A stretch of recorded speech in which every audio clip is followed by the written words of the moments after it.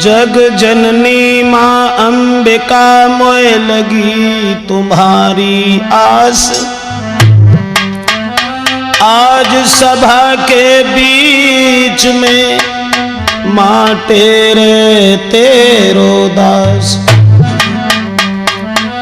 तेरे तेरो दास मात अरदास सुनो तुम मेरी। भमर बीच में मात आज नाव पड़ी है मेरी। तो दुर्गा मात हमार शरण में पड़ो ब्रजेश कुमार। सेवक अपनो जान भमर से नाव करो उस पार। आदरणीय श्रोता बंधु, राजपूत कैसेट के माध्यम से ये कार्यक्रम जो हम आप लोगों के समक्ष लेके चल रहे हैं कि अकल से काम करने वाला प्राणी कभी दुखी नहीं रहता। तो दुखी कैसे नहीं रहता, तो जरा गौर करें। एक राजा के पास में एक बहुत ही वृद्ध हाथी था, बूढ़ा हाथी। पूरे गांव के लोगों को उसने इकट्ठा किया और जवाब दिया कि इस हाथी की सेवा करो, इतनी सेवा करो कि किसी तरीका से हाथी मर न जाए। और अगर हाथी मर गया तो किसी ने जो हमारे पास ये खबर आकर के दी कि हाथी मर गया तो हम उसे मरवा देंगे। गांव के लोग सेवा कर रहे कि हाथी मर न जाए, और हाथी जिंदा रहे तो कब तक जिंदा रहे, एक दिन वो मर गया। और जब मर गया तो पूरे गांव के लोग बैठ करके रो रहे हैं कि अब राजा के पास खबर करने कौन जाए। एक चालाक आदमी आ गया और कहने लगा, पूरे गांव के लोग रो रहे हो, क्यों रो रहे हो? जवाब दिया कि राजा के पास कोई खबर करने जाएगा कि हाथी मर गया तो वो उसे मरवा देगा। बोलो तो तुम काहे को मरे जा रहे, हम जा रहे, हम खबर करके आएंगे। चल दिया और राजा को प्रणाम किया और कहने लगा, महाराज आपका जो हाथी है ना, हाँ क्या हुआ हाथी को? बोले कुछ नहीं, लेटा है। कि बेसुध होकर लेटा हाथी और वो कान भी नहीं हिलाता है। आंख उस मारे चाहे तेरे वो पैर भी नहीं चलाता है।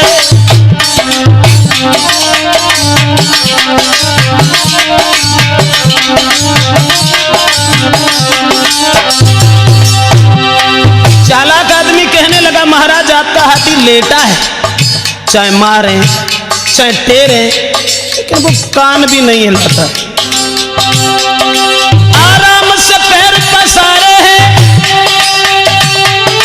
आराम से पैर पसारे हैं, एक समझदार वो हाथी है। देखा मैंने सूंड से हाथ लगाए, भाई सांस तलक ना आती है।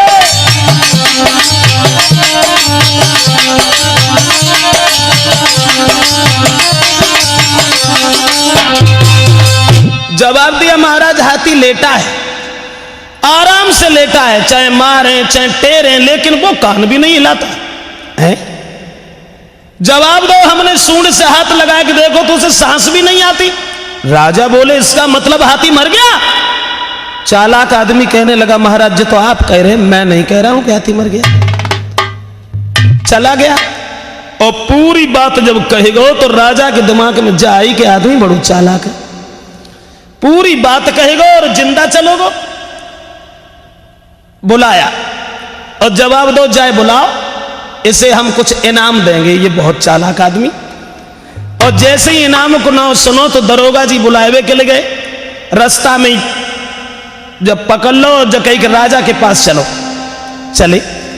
दरोगा जी समझ गए कि जाए कुछ इनाम मिले। तो दरोगा जी बोले, तुम्हें मालूम है क्या, यहाँ का नियम कुछ और है।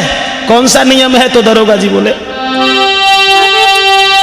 तो कहे दरोगा ये भाई, जो इनाम यहाँ से पाता है और आधा हिस्सा मेरा होता है, आदर से देकर जाता है।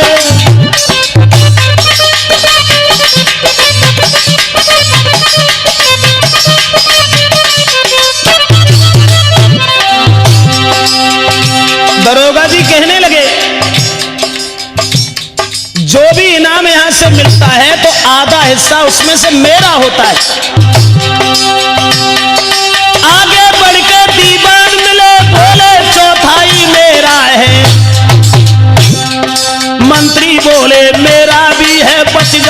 वो सब तेरा है।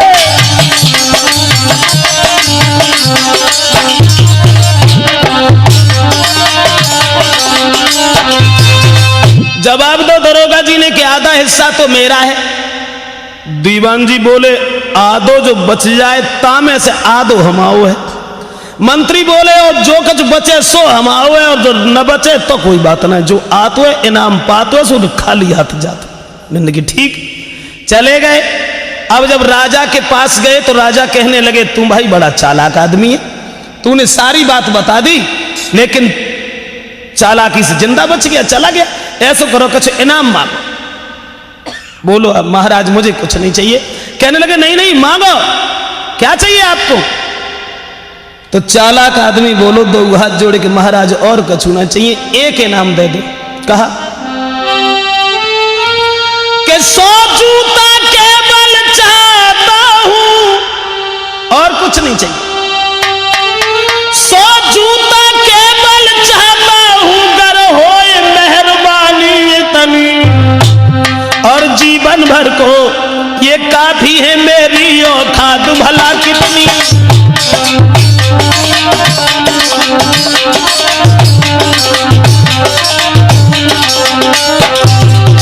और कुछ नहीं चाहिए।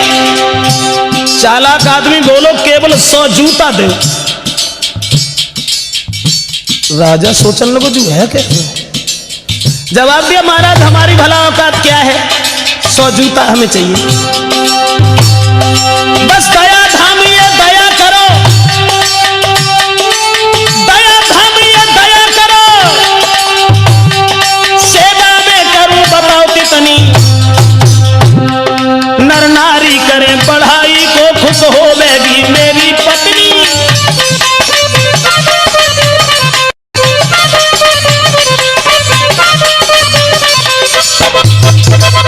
जवाब दिया कि महाराज केवल 100 जूता हमें चाहिए इनाम में, और कुछ नहीं चाहिए। इतनी बात जब सुनी राजा बोले चलो कोई बात नहीं, ऐसो करो हो सकते जे जूता जाने कमू पहन ना पाए, गरीब आदमी है, इसे ले जाओ बाजार में और बढ़िया बढ़िया जाए खूब अच्छे कीमती जूता पहनाओ। बोलो सोना है 100 जूता हमारे मारो। राजा को क्रोध आ गया और जवाब दिया कि जे हम जाए इनाम दे रहे, जो जूता खाए वो चाह रहे हो, जवाब दो, जाओ लगाओ जाके 100 जूता। तो जूता लेके जैसे ही आदमी आगे बढ़ो तो बोलो रुक जाओ, सब इनाम हमाओ ही धो रहा हूं। बोले दरोगा जी आधा हिस्सा तो आपका है, और छोटो या बड़ो पसंद करो देखो जे कौन नापता है।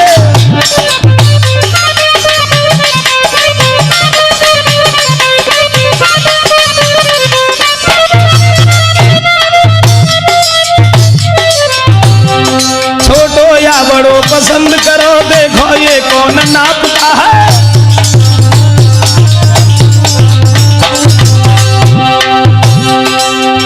जवाब दिया महाराज इनाम में पूरा मेरा इनाम नहीं है। दरोगा जी से कही इधर आओ, आधा हिस्सा तो आपका है, आपका हिस्सा हम कैसे खाएं? हिस्सा तो सुदामा ने खाया था जो घर घर भीख मांगी, दूसरे का हिस्सा नहीं खाना चाहिए। अब 50 दरोगा जी में लगवाए और दरोगा जी के बाद दीवान जी से कही आप आओ, चौथाई तुम भी ले लीजिए, ये धर्म का नहीं पाप का है, और मत बचा हुआ मंत्री को दो, इसमें क्या मेरे पाप का है।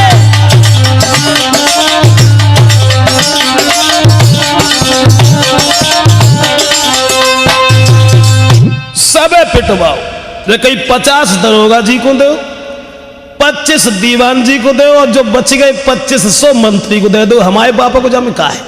सबे पिटवाए के और चल दिया। राजा सोचने लगो जू बड़ो चालाक आदमी, सबे जूता लगवाए और चुपचाप चलो गो। राजा ने कही इसे दोबारा फिर बुलाओ, अब कोई और बड़ा इनाम इसे देंगे, हम अपनी तरफ से देंगे, मांग तो कुछ पाइए ना। दोबारा बुलवाओ, और जब दोबारा बुलवाओ जैसे ही रास्ता में दरोगा जी मिले तो मैंने पूछी धीरे से, कहो दरोगा जी कोई हिस्सा है? दरोगा जी नाराज हो गए, जवाब दिया जाए रहो कि इन बातें कर रहे हो बिना मतलब। पिटवाओ और हिस्सा बता रहा है।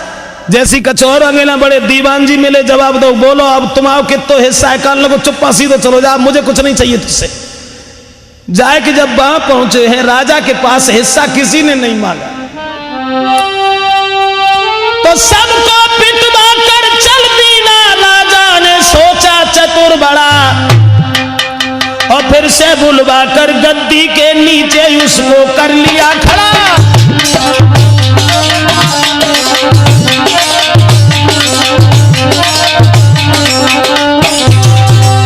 उसके बाद उसकी अकल की तरफ देख करके, उसकी बुद्धिमानी की तरफ देख करके राजा ने मंत्री ही उसको कर लेना, मंत्री उसको ही कर लेना। राजा ने कीना हुक्म करा, एक हार गले में डाल दिया, हीरा पन्ना से हुआ जड़ा।